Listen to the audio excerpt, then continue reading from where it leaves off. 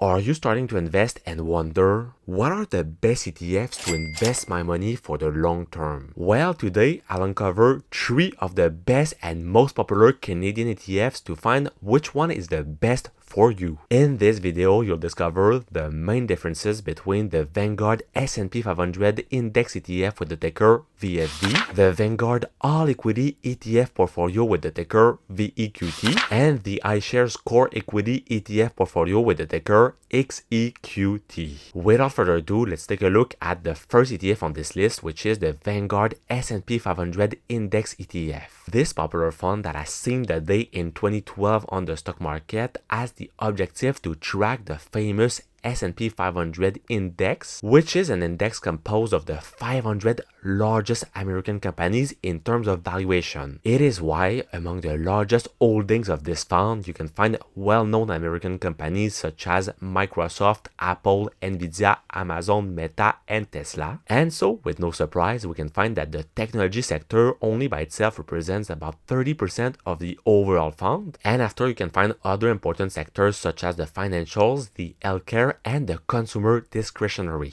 In this regard, you can understand that by investing in this fund, you are investing a large portion of your total assets in companies in the technology sector that tends to be more volatile. But fortunately for the investors, over the past 2 years, we've seen that the performance of these types of companies have been quite astonishing. The beauty about the S&P 500 index for the investors is that historically, it has been able to achieve a great performance of about 10% of return on average per year, and at the same time it is a great indicator of the overall performance of the global economy. In fact, even if all the underlying assets of this fund are American securities, well, it is still considered as a great overall tracker of the economy because the American economy is still the largest one in the world, just in front of China, notably with an impressive gross domestic product of $28 trillion in 2023, which represents a GDP per capita of about $83,000. And for a comparison, the second largest economy in the world, China, has a GDP per capita of only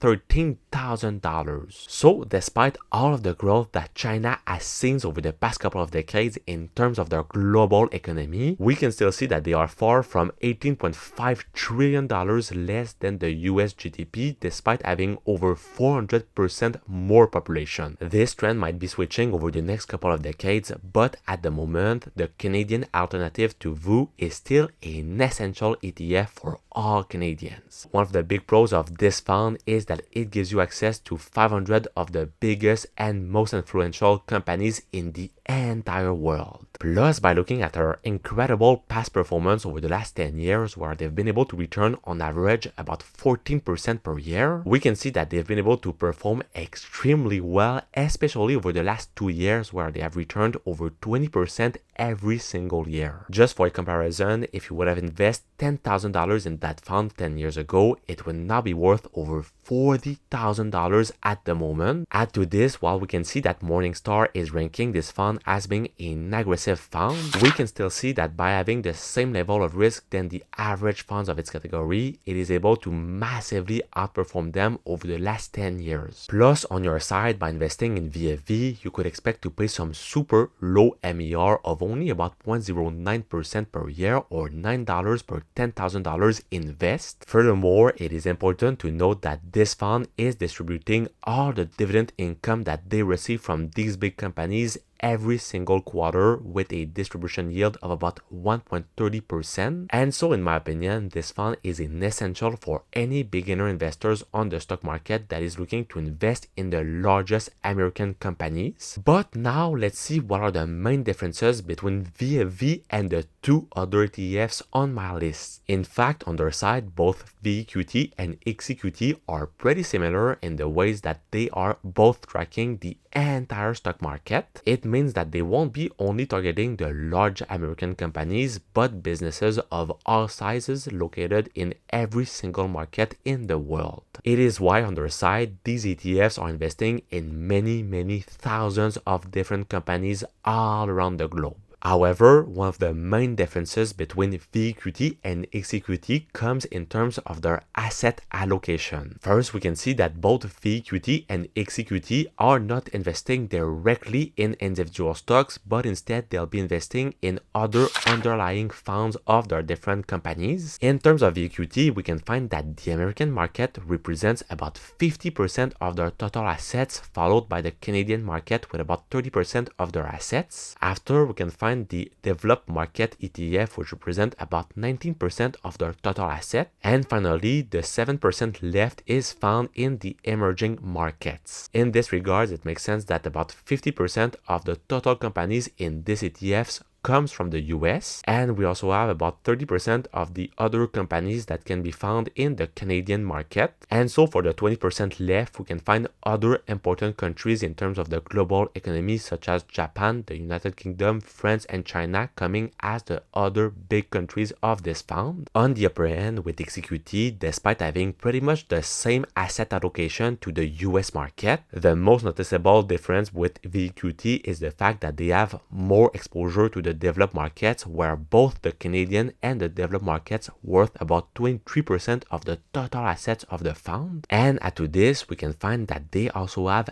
less exposure to the different emerging markets. At the end of the day, even if the Canadian market is less represented in this fund compared to VEQT, we can find that the other countries such as Japan, the United Kingdom, and France are still coming as some big countries in this fund. Nevertheless, as I just told you, with the global importance of the American market in the global economy, we can still find that the American companies still represent in both cases the largest chunk of their total assets of both of these funds. However, in terms of the fees, you'll find that both of these funds will be more expensive compared to another ETF such as VFV, where we still find that VEQT only costs about 0.24% per year or $24 per $10,000 invest, but XEQT is still slightly less expensive than VEQT with some MER of about 0.20% per year or $20 per $10,000 invest. So personally, I wouldn't say that the slight differences in terms of the total cost is an important decision to take in consideration. However, in terms of the total performance of both of these funds since their inception on the market in 2019, we can find that VEQT has been able to slightly outperform the total performance of XEQT. Indeed, with your initial investment of $10,000 in 2019 in the Vanguard fund, this would now be worth over $16,500 right now. But with the same initial investment in the iShares ETF, you would have a return of about $16,000 right now. At the same time, Morningstar is considering both of these ETFs as being some aggressive funds, where both of them have the same level of risk compared to the average funds of their category, while having more potential of total return. But an important factor to take in consideration is that both of these funds are considered as some global portfolio for the investors that would only want to invest in different individual companies. But in the case that someone would like to have more global diversification by also reducing their total risk and invest in different bonds, well, you would have different other options such as VGrow that invest about 80% of their total assets in stocks and 20% left in bonds. Or if you want the classical 60% stocks and 40% bonds, you would have the classical portfolio, which is the VBAL. But I would say that both of these ETFs would be more optimal for someone that is older and that is looking for more stability in their portfolio. So as you've been able to see in this video, the main differences between VFV, XEQT, and VEQT is the fact that VFV will only invest in the